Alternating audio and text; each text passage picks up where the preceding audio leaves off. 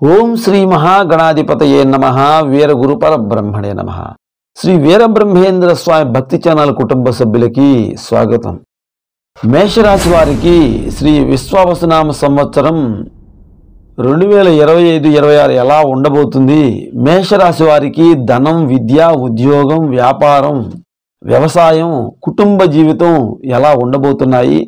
ఈ సంవత్సరం ఏ నెలలో ధనాదాయం కలుగుతుంది, ఏ పరిహారాలు పాటిస్తే అదృష్టం కలిసి వస్తుంది అనేటటువంటి కొన్ని అద్భుతమైనటువంటి విషయాల గురించి తెలుసుకుందాం. ఈ వీడియో పూర్తిగా చూడండి, మీకు ఉపయోగపడేటటువంటి అద్భుతమైనటువంటి విషయాలు తెలుసుకోవచ్చు. మీ అభిప్రాయాన్ని కామెంట్ సెక్షన్లో తెలపండి. ముందుగా మేషరాశి వారు ఎవరు?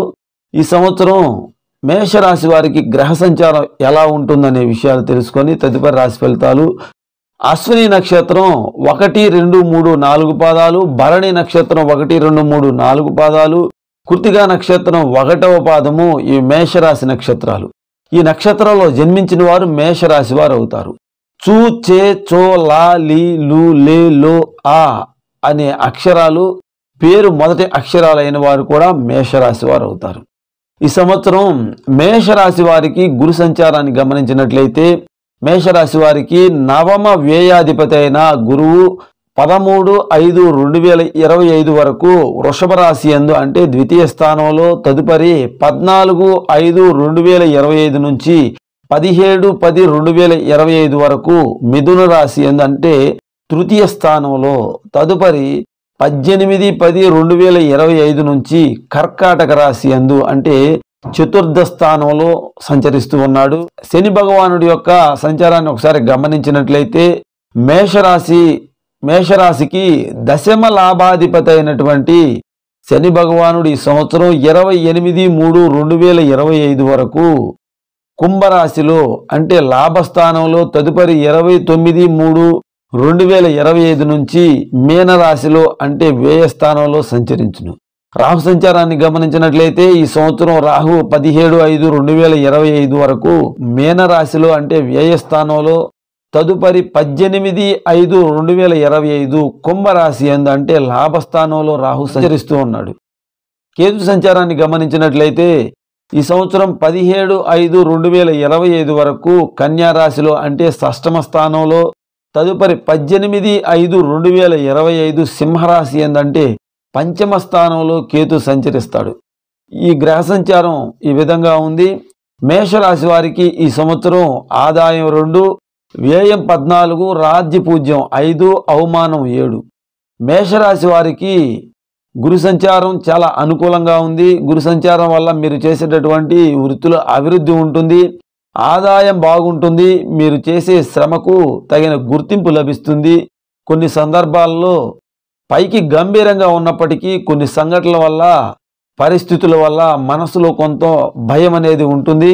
సంఘంలో ఉన్న కొంతమంది పెద్దల పరిచయం ఏర్పడుతుంది, వారి వల్ల సహాయ సహకారాలు పొందుతారు. మీ గృహంలో శుభకార్యాలు చేస్తారు. మీరు గతం కన్నా మంచి స్థితిలో ఉంటారని చెప్పవచ్చు. సంతోషంగా గడుపుతారు. భూ సంబంధమైనటువంటి విషయాలు లాభాలు పొందుతారు. స్థిరాస్తి వృద్ధి అవుతుంది. ఉద్యోగస్తులకు యోగదాయకమైనటువంటి సమయం, అనుకూలమైనటువంటి వాతావరణం ఉంటుంది.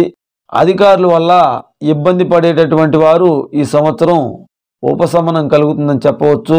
ప్రమోషన్లతో కూడిన బదిలీ జరిగే అవకాశం ఉంది. ప్రైవేటు ఉద్యోగస్తులకు స్థానచలనం లేదా గృహ మార్పులు జరగవచ్చు. ఉద్యోగం కోసం ప్రయత్నించే వారికి ఉద్యోగం లభించే అవకాశాలు ఎక్కువగా ఉన్నాయి. వ్యవసాయదారులకి బాగా కలిసి వస్తుంది. మంచి దిగుబడి వచ్చే అవకాశం ఎక్కువగా ఉంది. ఒకవేళ మీరు రెండో పంట వేయగలిగితే రెండో పంట కూడా ఎక్కువగా దిగుబడి వచ్చే అవకాశాలు ఉన్నాయి. గతంలో చేసినటువంటి రుణాలు తీరుస్తారు. కౌలుదారులు మిశ్రమ ఫలితాలు పొందుతారు. వ్యాపారస్తులకు అనుకూలమైనటువంటి వాతావరణం ఏర్పడుతుంది.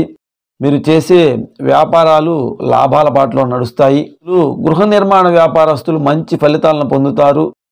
ఎన్నాళ్ళ నుంచో మీరు ఎదురు చూస్తున్నటువంటి వ్యాపార విస్తరణ ఇప్పుడు చేసే అవకాశాలు లభిస్తాయి.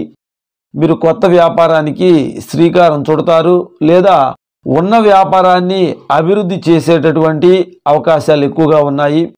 విద్యార్థులకు గురుబలం బాగున్నందువల్ల మంచి ఫలితాలు పొందుతారు. మంచి జ్ఞాపక శక్తి వృద్ధి అవుతుంది. కొత్త విషయాలు నేర్చుకోవాలనేటటువంటి ఆలోచనలు పెరుగుతాయి. విద్యార్థులు కష్టానికి తగిన ఫలితాలను పొందుతారు. క్రీడాకారులకు మంచి అవకాశాలు లభిస్తాయి. ఈ అవకాశాలను ఉపయోగించుకొని మంచి స్థితిలో ఉంటారు. కళాకారులకు మంచి సమయం అని చెప్పవచ్చు. మంచి అవకాశాలు వస్తాయి. మీ కష్టానికి తగిన గుర్తింపు లభిస్తుంది. ఇంతకుముందు చేసిన రుణాలు తీరుస్తారు. ధనాదాయం బాగుంటుంది. మేషరాశి వారికి ఈ సంవత్సరం ధన ప్రాప్తి యోగం కలగచేసేటటువంటి మాసాలు గమనించినట్లయితే మే, ఏప్రిల్, ఆగస్టు, సెప్టెంబర్, డిసెంబర్, ఫిబ్రవరి మాసాలు ధన ప్రాప్తి యోగాన్ని కలగచేసేటటువంటి అవకాశాలు ఉన్నాయి. ఈ మాసంలో ఎక్కువగా మీకు ధనం చేతికి అందేటటువంటి అవకాశాలు ఉన్నాయి. ఇక పరిహారాలను గమనించినట్లయితే మీ తల్లిదండ్రుని సంతోషంగా ఉంచండి. వారి ఆశీర్వాదం తీసుకోండి. మీ గురువుల ఆశీర్వాదం తీసుకోండి.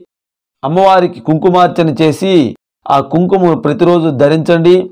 శివారాధన మీకు మంచి ఫలితాలను ఇస్తుందని చెప్పవచ్చు. గురువుల పెద్దల సలహాలు తీసుకోండి. మంచి ఫలితాలు పొందవచ్చు. దశరథ కృత శనైశ్చర స్తోత్రాన్ని పారాయణ చేయండి లేదా వినండి. మీకు మంచి ఫలితాలు పొందేటటువంటి అవకాశాలు లభిస్తాయి. ఈ వీడియోపై మీ అభిప్రాయాన్ని కామెంట్ సెక్షన్లో తెలియజేయండి. ఈ వీడియో నచ్చినట్లయితే తప్పనిసరిగా లైక్ చేయండి. ఛానల్ని సబ్స్క్రైబ్ చేసుకోకపోతే తప్పనిసరిగా ఛానల్ని సబ్స్క్రైబ్ చేసుకోండి. మీకు ఇష్టమైనటువంటి దైవం ఎవరనే విషయాన్ని కామెంట్ సెక్షన్లో తెలపండి. మరొక అద్భుతమైనటువంటి కార్యక్రమంలో కలుసుకుందాం. శ్రీ గురుభ్యో నమః. వీరగురు పరబ్రహ్మణే నమః.